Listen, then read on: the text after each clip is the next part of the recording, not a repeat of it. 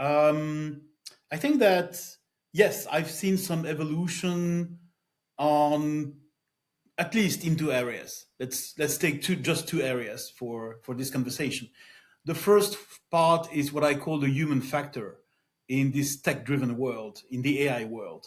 I think when we were still in the hype of AI, many people, unfortunately, were making bets or promises about technology replacing people, or at least kicking a number of people out of their industry.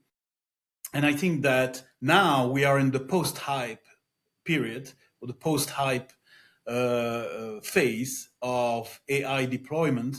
So a number of people have come back with more realistic expectations, more realistic promises sometimes. I think, I call this, bring them back to earth, because some people were really flying around when AI was so hype, and they said, well, just like we saw it, and Robin, you saw it as well, when we saw it in the beginning of the digital transformation years, when the internet was taking off.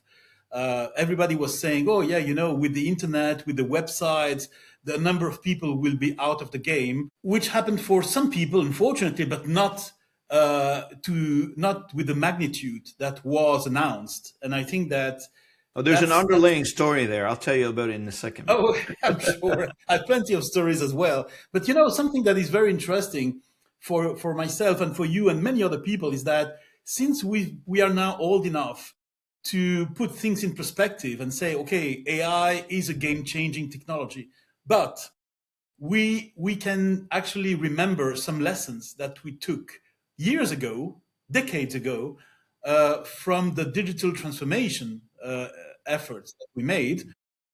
Because indeed, there was a hype as well 25 years ago when the internet was taking off. But a number of mistakes were made 25 years ago. And I can see that some of these mistakes were made and are still made probably today with AI. So it's very interesting for us, or for more experienced people, who are sometimes called the old people. Young at heart. Young at heart.